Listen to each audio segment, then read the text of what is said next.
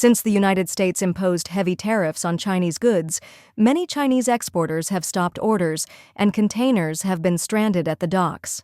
Suzhou Port recently posted an announcement that it will provide foreign trade companies with 3 months of free storage services, but can this alleviate the serious losses of exporters?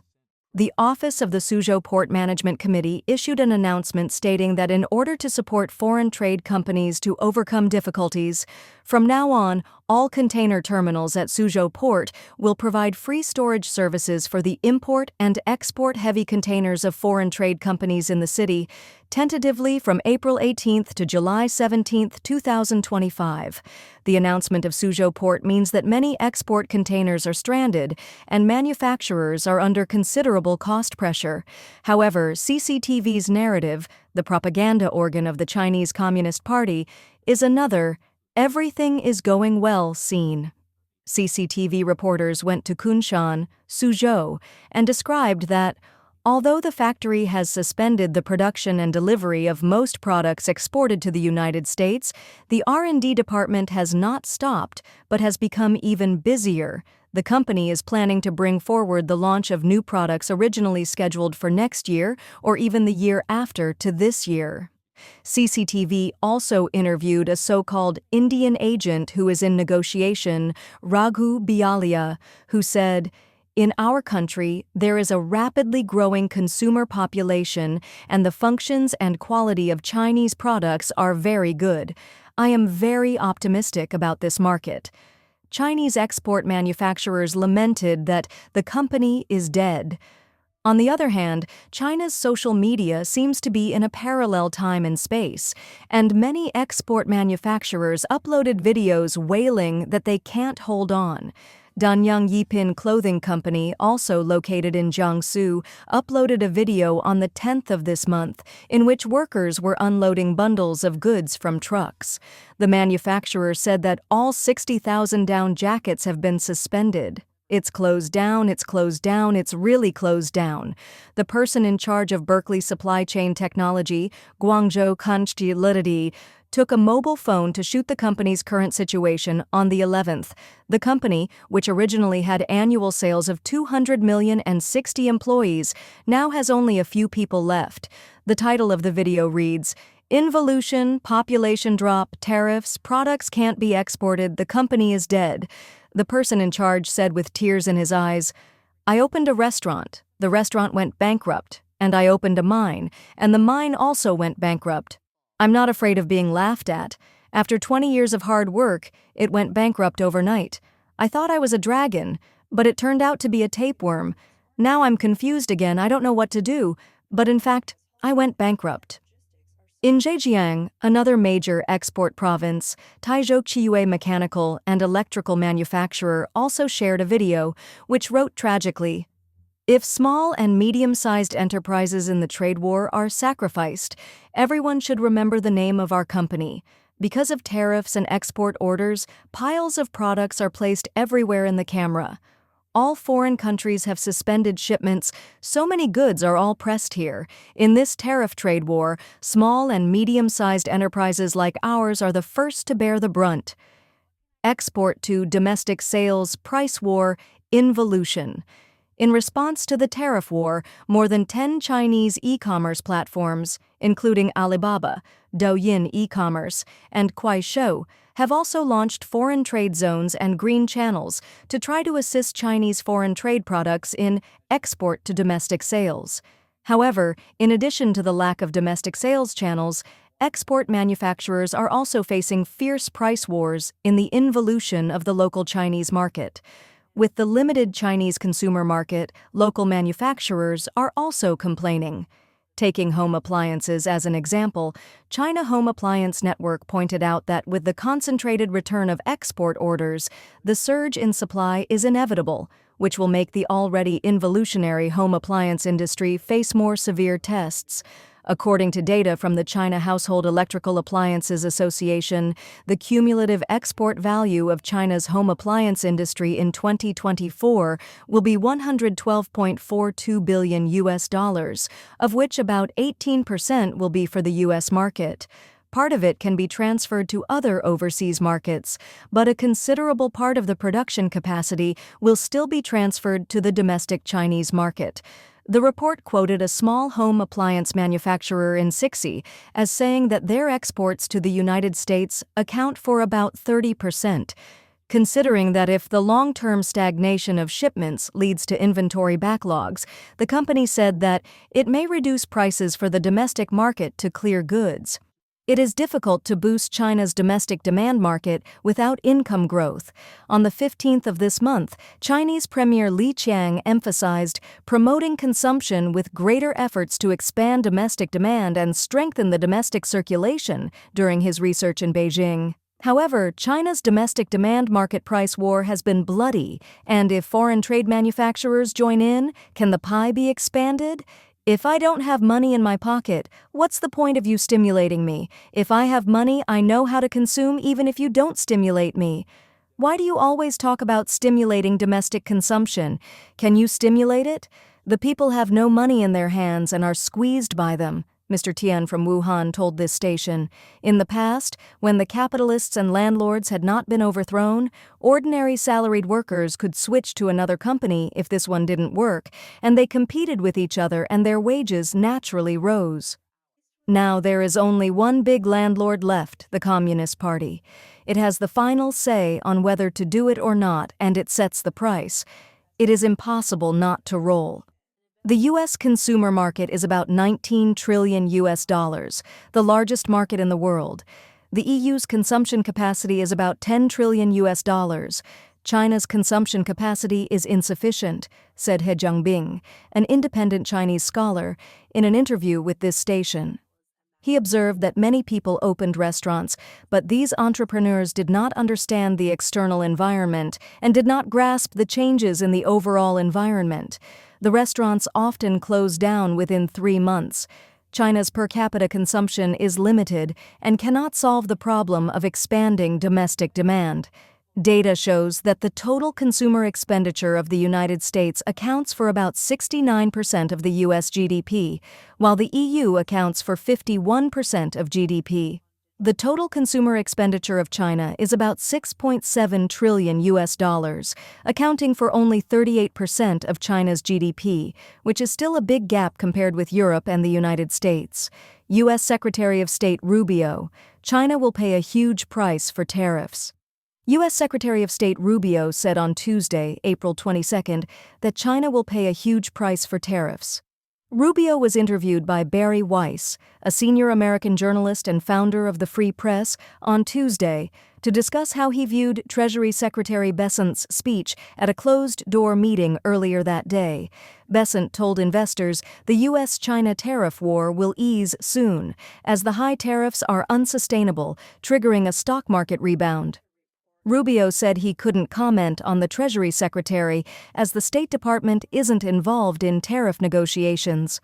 I would say this: in terms of the cost that people are talking about, tariffs will impose on the U.S. economy. It also imposes a huge cost on the Chinese economy, the Secretary of State said. The Chinese economy is an export-driven economy. Their entire economy is not based on domestic consumption, but on overproduction and dumping it into economies around the world, Rubio said.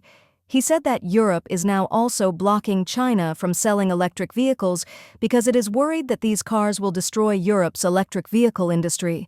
After Trump imposed tariffs on April 2nd, the EU expected an influx of low-priced Chinese goods and is considering new emergency tariffs and stronger import monitoring to combat the tide of cheap goods from Asia. I think Beijing is paying a heavy price, Rubio said. China does have vulnerabilities in the tariff war, and at some point, Beijing must resolve this issue because the trade imbalance and unfairness between China and the United States have reached an unsustainable time, he said. Similarly, the United States must also face up to this problem that has existed for 25 years. Geopolitically, this is dangerous and it must be addressed, and we can't put it off any longer, the Secretary of State said. We have allowed this to go on for 25 years, and it cannot continue, or we will end up living in a world where we are dependent on China for all issues critical to our security and prosperity, and that is not the world we intend to leave for our children and grandchildren. China's real estate market continues to deteriorate severely following the U.S.'s tariff retaliation. The mainland's real estate bubble is on the brink of bursting. Recently, the news of plummeting housing prices in the Jiangling Times City project in Nanchang, Jiangxi, has attracted market attention. An owner revealed that she spent 1.19 million RMB to buy a house, and the market value was only 400,000 RMB 4 years later. According to Jupai News, Nanchang Jiangling Times City is located in Honggutan Julong Lake New City. When it was launched in September 2012, the price reached 12,000 RMB per square meter. But as of April 2025, the reference average price has fallen to 4,388 renminbi per square meter, and some houses have even been sold at 40% off. And many old owners feel that they have been stabbed in the back by the developer. On April 17th, the owner, Ms. Wang, said that their family purchased a 3-bedroom and 2-living-room unit in the community in 2022 for a total of 1.19 million RMB, but they didn't expect it to be worth only 400,000 RMB recently. The remaining mortgage is 700,000 RMB. Even if I can sell it now, I have to spend another 300,000 RMB. In this regard, a staff member of the sales department of the community said that the property was developed by a state-owned enterprise, and the last 100 houses were sold at a reduced price to clear the market, and the next project will be developed. Currently, they are selling very quickly, and he said, if the old owners are making a fuss, doesn't that prove that the new buyers got a bargain? This incident was trending on April 18th and sparked heated discussions. This house is more than half the price. It must be a huge loss. Another fact is that the remaining houses are basically leftovers from others, each with its own shortcomings. But the price difference is enough to make the old owners bleed. If they don't lower the price, the developer will have no money. The real estate market is in recession now. There is no way. The general environment of the real estate market has been like this in recent years. This is normal in the case of a sluggish housing market. New houses are not selling. Who will buy second-hand houses? It can fall further, and you will lose money if you buy it. The more you buy, the greater the total loss. To put it bluntly, the bubble of houses with no appreciation potential in some places has burst. To put it nicely, they are leftovers from others. To put it bluntly, if you don't lower the price, you can't even get the leak roots. The owners in Chongqing are exactly the same, and they have lost more than half of their money. This is everywhere. I also lost hundreds of thousands of RMB. Don't worry about it if you live in it yourself. If you speculate, it will be considered a failed investment. There is nothing to say. The current market is like this. You make money if you buy at the bottom, and you take over if you buy at the high. At this stage, if you are an ordinary person, don't buy a house. Someone else said, what ordinary families fear most is this. After working hard for decades, saving a sum of money, considering buying a better house to live in, increasing the number of assets, and enjoying a better quality of life. As a result, the price of the house was cut in half not long after it was bought, which is equivalent to working for more than 10 years in vain. On April 18th, mainland management consultant Liu Zhangdaji wrote that many old owners could not accept the developer's drastic price cuts. They formed rights protection groups and asked the developer to compensate for the price difference or return the house. But the developer insisted that the price cut was a normal business behavior and had nothing to do with the old owners. The house was the property of the developer, and the price cut was due to market considerations and the need to recover funds. The attitude of the developer made the old owners feel helpless and angry, and they began to seek help from local authorities and relevant departments. As for the reasons for the price reduction storm, Liu Zhangdaji believes that, first of all, the supply and demand of Nanchang's real estate market is unbalanced. In recent years, the phenomenon of oversupply in Nanchang's real estate market has become increasingly serious, especially in some remote sectors and emerging areas, due to factors such as imperfect supporting facilities and inconvenient transportation. The demand for housing purchases is insufficient. In order to recover funds as soon as possible, developers have to adopt the strategy of price reduction and promotion. In addition, the authorities' regulatory policies on the real estate market have also had an important impact on housing prices. In recent years, the authorities have introduced a series of regulatory policies such as purchase restrictions and loan restrictions. These policies have suppressed the demand for housing purchases to a certain extent, resulting in a decline in the transaction volume of the real estate market. In order to cope with market changes, developers have to adopt a price reduction strategy. At the same time, some developers have also adopted a price reduction and promotion strategy due to tight capital chains or poor management. They hope to quickly recover funds and alleviate financial pressure by selling at a lower price. However, this practice often causes huge losses to old owners, triggering social dissatisfaction and rights protection actions. In Beijing and Shanghai, housing prices have also seen a significant decline. In some areas, property values have dropped by as much as 50% compared to their peak levels. The downturn reflects weak market confidence and sluggish demand. Many homeowners in these cities are now facing steep losses and growing financial pressure. On April 16th, data released by the National Bureau of Statistics of the Communist Party of China showed that the national sales of newly built commercial housing in January-March 2025 decreased by 2.1% year-on-year, of which residential sales fell by 0.4%. China Everbright Bank account manager defrauded nearly 100 million RMB, more than 60% of which was used to reward anchors. Recently, an incident of China Everbright Bank account manager, female, using her position to defraud bank customers of 160 million RMB has caused heated discussion. As of the time of the incident, nearly 95 million RMB had not been recovered. Of this, more than 60 million RMB was used to reward anchors. Tech Finance Online reported recently that the relevant verdict showed that from June 2009 to June 2022, the initiator of the incident, Wei, used her position as an account manager of a branch of China Everbright Bank in Zhengzhou to recommend her fictitious wealth management products to previously familiar customers. She promised to guarantee principal and interest and high returns, thereby defrauding the trust of 31 victims. As of June 2022, Wei had defrauded customers of a total of 160 million RMB. Among them, as of the time of the incident, Wei had returned 60.31 million RMB of principal to the victims and paid 7.66 million RMB in interest, leaving 94.48215 million RMB to be recovered. Of the more than 90 million RMB, in addition to buying cars and houses, Wei used the most to reward anchors in live broadcast rooms, involving an amount of more than 60 million RMB.